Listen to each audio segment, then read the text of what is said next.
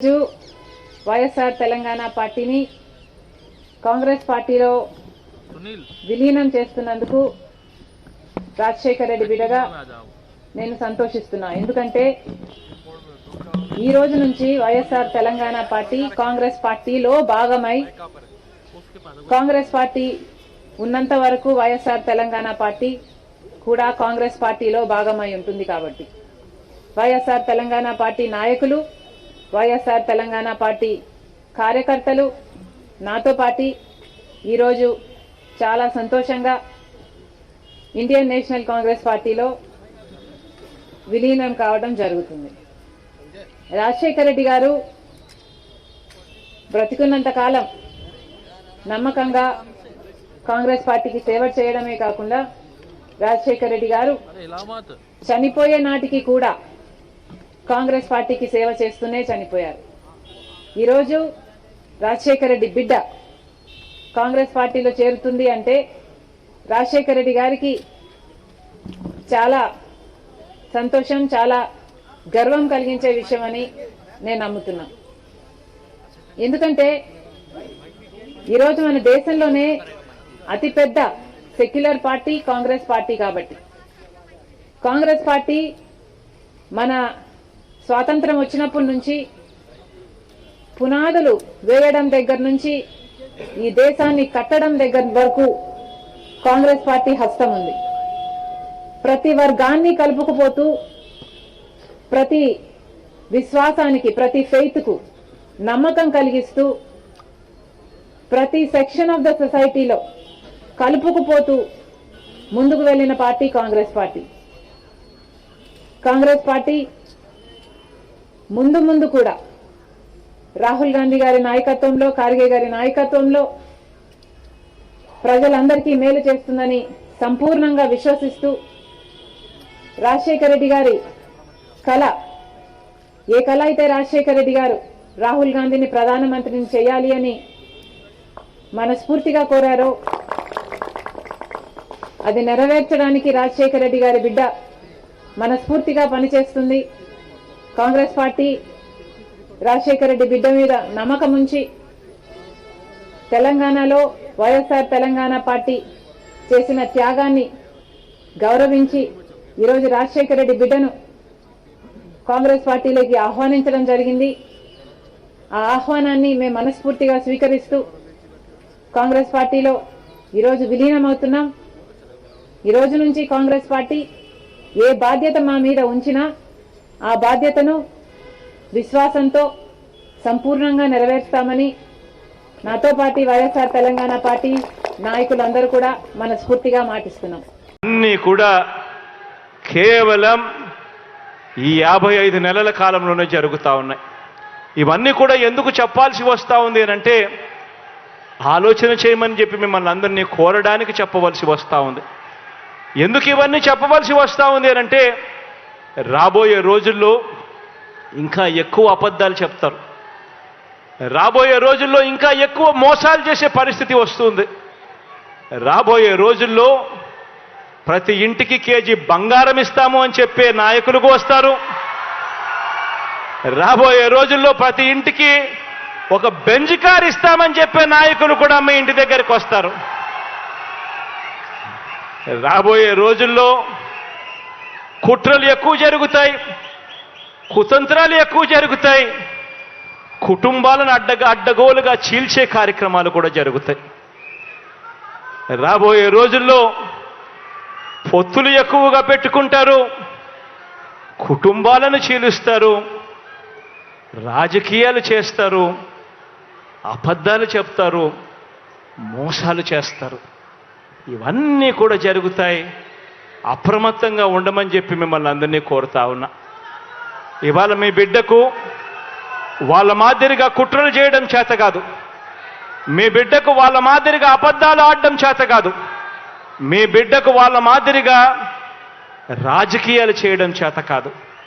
మీ బిడ్డకు తెలిసిన రాజకీయం ఒక్కటే, మంచి చేయడం, పేదవాడికి అండగా నిలబడడం.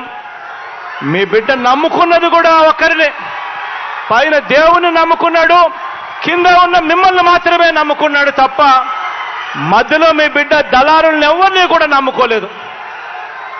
మీ బిడ్డకు ఒక ఈనాడు తోడుగా ఉండకపోవచ్చు, మీ బిడ్డకు ఒక ఆంధ్రజ్యోతి అండగా ఉండకపోవచ్చు, మీ బిడ్డకు ఒక టీవీ5 అండగా ఉండకపోవచ్చు, ఒక దత్తపుత్రుడు మీ బిడ్డకు తోడుగా నిలబడకపోవచ్చు. కానీ మీ అందరితో కూడా కోరేది ఒకటే, మీ బిడ్డ నమ్ముకున్నది పొత్తులను కాదు, ఎత్తులను కాదు, జిత్తులను కాదు, కుయుక్తులను కాదు, కుట్రలను కాదు.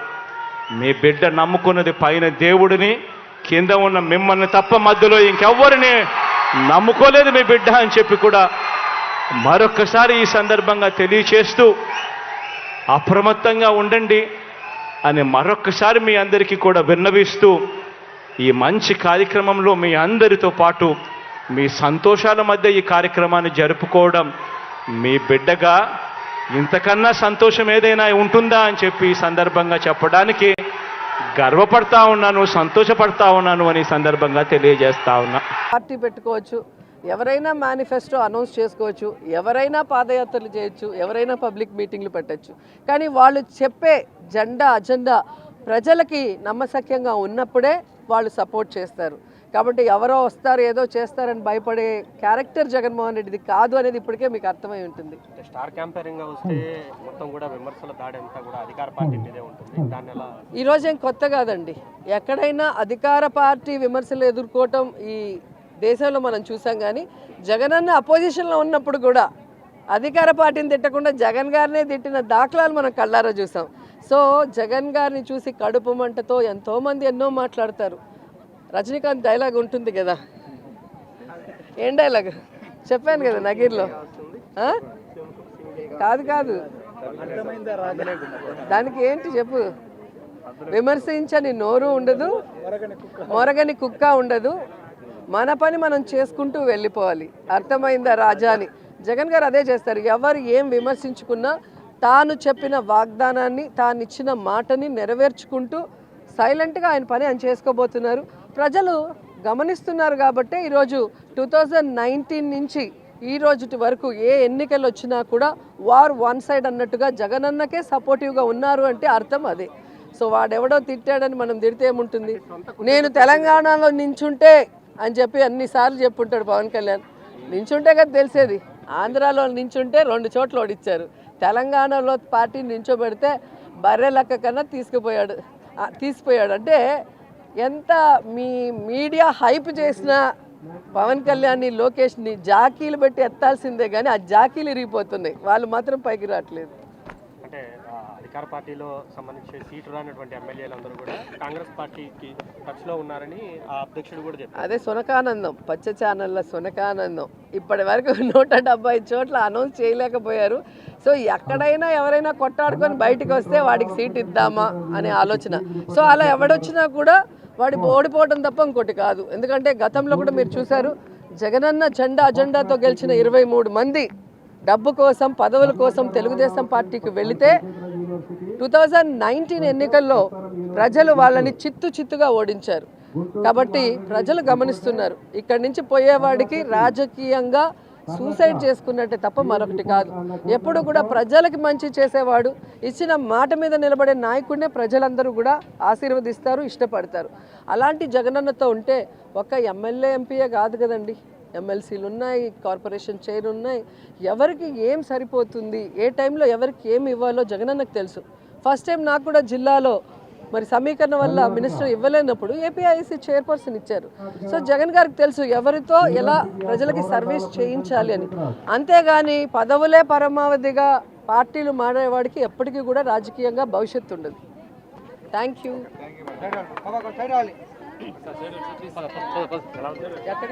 కన్జంప్షన్ కూడా అంటే దీని మీద 15 మున్సిపల్ వార్డులు ప్రస్తుతం ఉన్నటువంటి 15 మున్సిపల్ డివిజన్స్ దీని మీద ఆధారపడి ఉన్నాయి. దీని కన్జంప్షన్ పెరుగుతూ వస్తుంది. అలాగే దీన్ని కన్జంప్షన్ని భవిష్యత్తు ప్రజల యొక్క అవసరాలని, వాడకాన్ని దృష్టిలో ఉంచుకుని, అంటే గతంలో ఇదివరకు ప్రతి సంవత్సరం వేసవికాలం టైంలో ప్రజల యొక్క అవసరాలు పెరుగుతూ ఉండే, వాడకం కూడా 10% పెరుగుతూ వస్తూ ఉండేది వాళ్ళ అంచనా, డిపార్ట్మెంట్ వారి యొక్క లెక్కల ప్రకారం. అలాంటిది 10% కాస్త ఇవాళ 20, 30, 40% కూడా ఒక్కొక్క ఏరియాలో కన్జంప్షన్, అంటే ప్రజల అవసరాలు పెరుగుతున్నాయి, సౌకర్యాలు పెంచుకుంటున్నారు. తద్వారా వాడకం కూడా, విద్యుత్ వాడకం కూడా విపరీతంగా, అంటే డిపార్ట్మెంట్ ఊహించిన దానికంటే కూడా ఎక్కువ శాతంలో అధిక వాడకం ప్రజలు చేయటం కూడా జరుగుతుంది. అందుకని అవన్నీ కూడా దృష్టిలో ఉంచుకుని ఇవాళ ఈ సబ్స్టేషన్లో దీని సబ్స్టేషన్ కెపాసిటీని కూడా పెంచడం వల్ల భవిష్యత్తులో మళ్ళీ ఒక 10 సంవత్సరాల వరకు ఈ సబ్స్టేషన్ మీద ఇబ్బంది రాకుండా అన్ని ఏర్పాట్లు తగినంత ఏర్పాట్ల ప్రకారం చేయడం జరిగింది.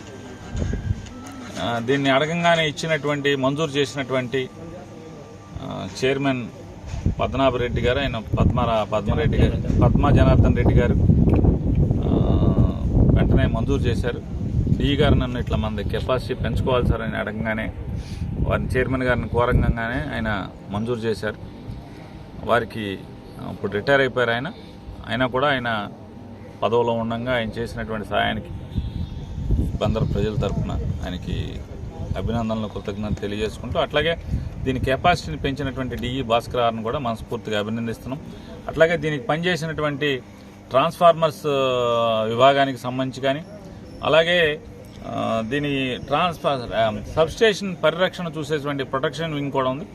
అందులో పనిచేసినటువంటి ప్రతి ఒక్క విద్యుత్ కార్మికుడికి, ఇలాంటి టీడీపీ వాళ్ళు అధికార దాహం కోసము ఓడిపోతామనే భయం పట్టుకొని మరి ఏ విధంగా పార్టీ ఆఫీస్ మీద రాళ్ళేసి దాడి కొడిగట్టారో మీ అందరూ కూడా ఆలోచన చేయండి. ఈరోజు ఒక మంత్రిగా నేను ఇక్కడ మేము మా వైఎస్ఆర్ కాంగ్రెస్ పార్టీని మేము ప్రారంభించుకుంటా ఉంటే మరి మా మీదే ఇంతటి దాడికి ఏ విధంగా కూడా ప్లాన్ చేసి ఒడిగట్టారో మీరు అందరూ కూడా చూడండి. మరి ఇలాంటి ప్రజలు అధికారంలోకి వస్తే ఏమవుతుందో ఒకసారి ఇక్కడ ఉన్నటువంటి సామాన్య ప్రజలు, గుంటూరు ప్రజలందరూ కూడా ఒకసారి ఆలోచన చేయవలసిందిగా కోరుతా ఉన్నాను.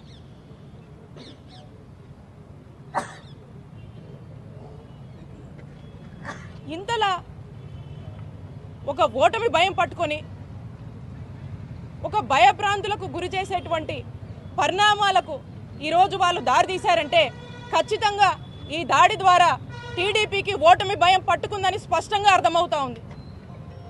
ఖచ్చితంగా దీని వెనకాల ఎవరున్నా కూడా వదిలిపెట్టము.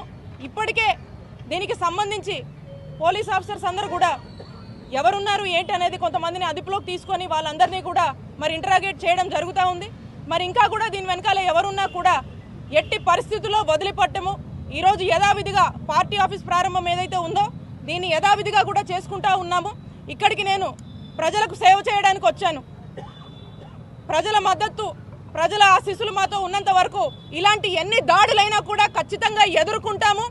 అలాగే ఏదైతే మీరు నన్ను భయభ్రాంతులకు గురి చేయాలని మమ్మల్ని భయభ్రాంతులకు గురి చేయాలని, ఒక మహిళ కదా తన ఆత్మధైర్యాన్ని దెబ్బతీయాలని ఏదైతే మీరు ఇలాంటి దాడులు చేస్తున్నారో, మీరు ఎన్ని చేసినా కూడా ప్రజల మద్దతుతో మా వైఎస్ఆర్ కాంగ్రెస్ పార్టీ కుటుంబ సభ్యులందరం కూడా మేము ధైర్యంగా నిలబడి ఎదుర్కొంటామని చెప్పి ఖచ్చితంగా దీని వెనకాల ఎవరున్నా కూడా వదిలిపెట్టము.